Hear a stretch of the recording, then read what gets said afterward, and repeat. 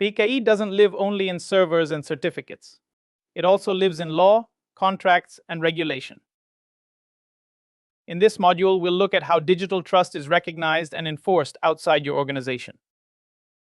We'll connect the rules that define a qualified signature, the level of assurance a certificate must provide, and the way auditors and regulators verify that you actually follow your own PKI policies. When PKI operations and regulatory frameworks are aligned, your certificates are not only technically valid, they're legally defensible. When they're misaligned, the same PKI can turn into legal risk, compliance findings, or even unenforceable transactions. Our focus is to link day-to-day PKI decisions to standards like eIDAS, ISO 27001, and sector rules in banking and government, so that your trust architecture holds up in court as well as in code. To understand PKI in any serious organization, you need to see it as a governance system, not just a pile of certificates and servers. At the top is governance. This is where you decide the rules of the game. Certificate policies and practice statements define who is trusted, for what purpose, and under which conditions. They translate laws, regulations, and business risk into clear requirements. In the middle is operations. This is where those rules come to life. Key ceremonies, defined roles, documented processes, and change control. If governance says keys must be generated in a secure environment, operations specifies who is in the room, what they do, and how it's recorded. At the base sits technology, HSMs, CAs, servers, algorithms. These tools only produce trustworthy results if they're configured and used according to the operational procedures and policies above them. External audits, industry standards, and sector-specific rules all plug into this pyramid. When everything is aligned, you can prove your PKI is not just secure in theory, but controlled and verifiable in practice. To see why PKI and standards matter, let's look at a concrete example. eIDAS in Europe. eIDAS is a legal framework that effectively says, if a digital identity or signature meets these technical and security requirements, everyone across the EU must trust it at a defined level. It covers a family of trust services, electronic IDs for people, digital signatures that can replace handwritten ones, electronic seals for organizations, trusted timestamps, and mechanisms to authenticate websites. All of these rely on PKI, certificates, keys, and signatures. A core idea is the distinction between qualified and non-qualified. Qualified trust services follow stricter rules for key protection, identity verification, and auditing. In return, they gain higher legal value, often equivalent to paper documents and in-person signatures. For architects and leaders, the message is that PKI is not just a technical choice. When tied to regulations like eIDAS, it becomes the backbone for cross-border, legally recognized digital identity and transactions. Qualified certificates are about more than strong cryptography. They are about legal trust. To reach that level, several conditions must be met. First, the person or organization behind the certificate must be strongly identified, using regulated, high-assurance identity checks. Second, the key pair has to be generated and stored in a way that prevents compromise, often using certified secure hardware. Third, every step in the process needs to be controlled and logged, so an auditor can later prove what happened, when to meet, and under which policy. All of this is managed by a qualified trust service provider, regularly assessed against standards like ETSI, supervised by national authorities, and required to report incidents. When these obligations are met, the resulting qualified certificate doesn't just provide technical assurance. In many jurisdictions, it's presumed legally valid, similar to a handwritten signature backed by law. eIDAS 2.0 is Europe's move from isolated, hardware-centric identities to a unified digital identity wallet model. Under the first version, identity was often tied to smart cards or tokens, managed separately by each country or sector. That made strong authentication possible. But it was rigid, hard to use across borders, and difficult to integrate into modern app-driven services. With eIDAS 2.0, every citizen and business can have a trusted digital wallet on their phone or device. Inside that wallet, they can hold multiple verified credentials, professional licenses, and potentially payment or health identifiers, all issued by trusted authorities. Users choose which attributes to share with which service, so control shifts from the provider to the holder. For PKI and digital trust, this raises the baseline. Certificates and signatures must be interoperable between countries. Services need to support remote signing and archiving, and key lifecycle management has to be more disciplined. PKI moves from back-office plumbing to a visible part of daily digital life, with higher expectations on usability, security, and cross-border trust. When you map your enterprise PKI to eIDAS, think in pairs. Every regulatory requirement needs a concrete technical control. Start with recognized standards.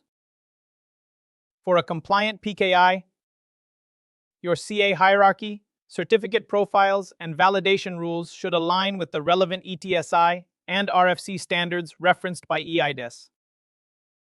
That way, regulators and relying parties see something predictable and interoperable, not a custom science project. Then focus on strong key management. eIDAS expects signing and sealing keys to be generated, stored, and used in secure, controlled environments. In practice, this means certified HSMs, dual control for sensitive operations, and clear procedures for backup, recovery, and rotation. Weak key handling is one of the fastest ways to lose eIDAS trust. Next, consider assurance levels. Low, substantial, high in eIDAS terms translate directly into how rigorously you verify identities and operate your registration authority. Higher assurance requires stronger identity proofing, better audit trails, and tighter operational checks. Finally, your CP and CPS should clearly state how your PKI design and processes satisfy these eIDAS-based assurance expectations. That documentation is what turns technical choices into demonstrable compliance. ISO 27001 gives you a management system for PKI, not just a checklist of security tricks. Treat your CAs, HSMs, key stores, and PKI servers as critical information assets. ISO 27001 asks you to first plan how they'll be protected and governed, then operate them under defined controls, continuously monitor them, and regularly improve based on incidents, audits, and changing risk. Most of the relevant controls live in familiar families: cryptography, access control, operations, and incident management. Rather than inventing your own standard, you map these Annex A controls to each PKI component and to each stage of the certificate and key lifecycle. The real value is evidencing due care. When regulators, auditors, or your board ask, you can show that PKI isn't a rogue technical system, but part of a documented, risk-based ISO 27001 program that you actively manage and improve over time. Looking at PKI through an ISO 27001 lens, cryptography isn't just about strong algorithms. It's about controlling the entire life cycle of the keys themselves. It begins with generation. You decide who is allowed to create keys, what key sizes and algorithms are permitted, and which systems are trusted to do it. That's policy as much as technology. Then comes distribution. When keys leave their secure home, they must travel through secure channels with clear ownership and traceability, so you always know who has access to what. Storage is next. Production keys should live in hardened environments like HSMs, under dual control, with access tightly limited and logged. Rotation is about planning for change. Keys must be renewed or replaced on a schedule, or when compromise is suspected, so that any single key has a limited useful life. Finally, destruction closes the loop. When a key is retired, it needs to be irreversibly wiped, so it can never be recovered and misused later. Across this life cycle, ISO expects documented roles, responsibilities, and clear segregation of duties. That governance is what turns we use encryption into we can prove our keys are managed securely end to end. Operational controls are where PKI meets everyday reality. Think of three pillars working together: access, logging, and operational security. Access control governs who can touch sensitive PKI components and data, and at what level. Apply least privilege ruthlessly.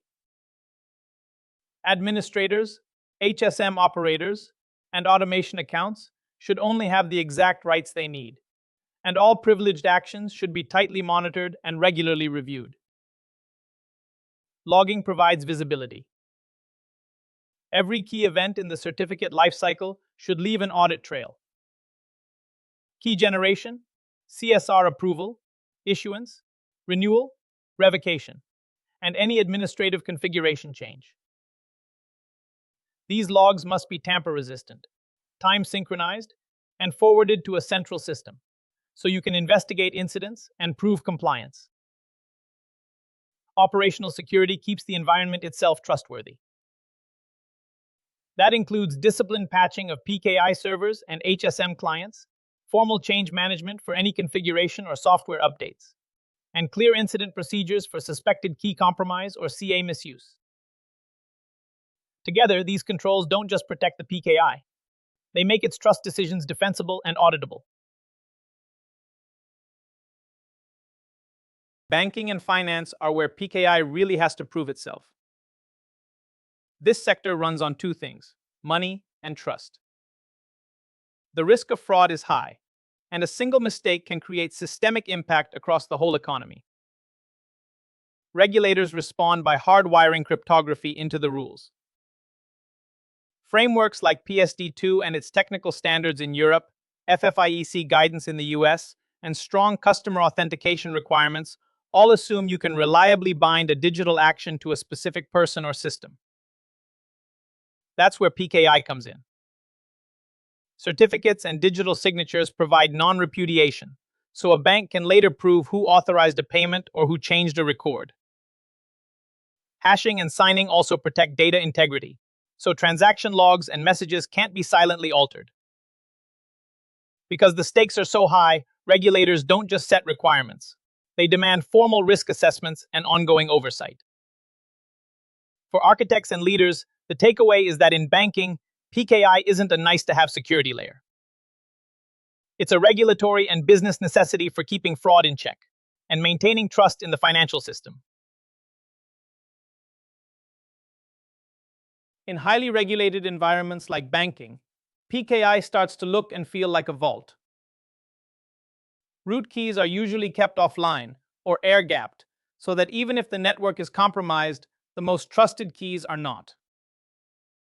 Those private keys are generated and stored inside dedicated hardware security modules, certified to standards like FIPS 443. That means keys can't be exported in usable form, and every operation is tightly controlled and logged. On top of the hardware, governance takes over. Access often requires multiple people present, with separate roles and credentials, so no single admin can quietly abuse the system. Policy does the rest. Certificates live for shorter periods, only strong cryptographic algorithms are allowed, and monitoring looks for unusual issuance or usage patterns. It's still the same PKI you've learned about, but wrapped in controls strong enough to handle financial risk and regulatory scrutiny. Government PKI is about turning national identity and sovereignty into digital trust. At the top, a national root authority anchors trust for the whole country. Its role is not just technical, it's a policy decision about who the state says you can trust. Below that, different ministries or agencies can run their own CAs for specific domains like tax, healthcare, or transport. They all inherit trust from the same root, so one citizen credential can be recognized across many services. That's what enables a single smart card or digital ID to work for e-government, e-prescriptions, and digital signatures on tax filings. Because this touches citizens' rights, government PKI must align tightly with legal frameworks such as eIDAS and national cybersecurity directives. The cryptography is familiar, but the bar for governance, audit, and long-term reliability is much higher, because the whole digital state depends on it. When governments build PKI, they face two big constraints: sovereignty and time. Sovereignty means cryptographic trust cannot be freely outsourced. Keys often must live inside the country, in domestic data centers and in country HSMs. Regulations may mandate that citizen data and signing keys never leave national jurisdiction, which directly drives where you can host CAs and how you design cloud or hybrid architectures. Time is the second constraint. Many government signatures need to remain valid for decades. That requires long-term validation, robust archival of certificates, and revocation data for 50 years or more, and the ability to migrate to new algorithms as old ones become weak. You're not just designing for today's crypto, but for future, possibly post-quantum schemes. On top of that, expect strict personnel vetting and alignment with trusted lists, such as EU trusted lists, before your government PKI is accepted by other states or supranational bodies. Think of PKI compliance as a stack you build from the bottom up. At the foundation, you have generic security standards like ISO 27701 or your information security management system. That's where you define how the whole organization handles risk, controls, and governance. On top of that sit regional and legal requirements, things like eIDAS or local regulations, that define what is legally acceptable for digital signatures, identities, retention, and evidence. Then come sector-specific rules, banking regulators, government frameworks, or industry mandates. These are usually stricter, and they shape how strong your PKI needs to be and how you must operate your CA. Your certificate policy and CPS should translate this whole stack into concrete PKI rules. How identities are verified, which algorithms are allowed, how revocation works, who can approve what. From there, 3 actions matter. First, align your PKI policies and procedures to the required controls, so you can actually prove compliance. Second, audit. Run structured assessments to confirm the PKI behaves as documented and risks are understood. Third, evolve. Use findings, new laws, and new threats to update policies, train teams, and adjust operations. When you treat PKI this way, compliance stops being a checkbox and becomes a living blueprint that keeps trust, law, and operations in sync.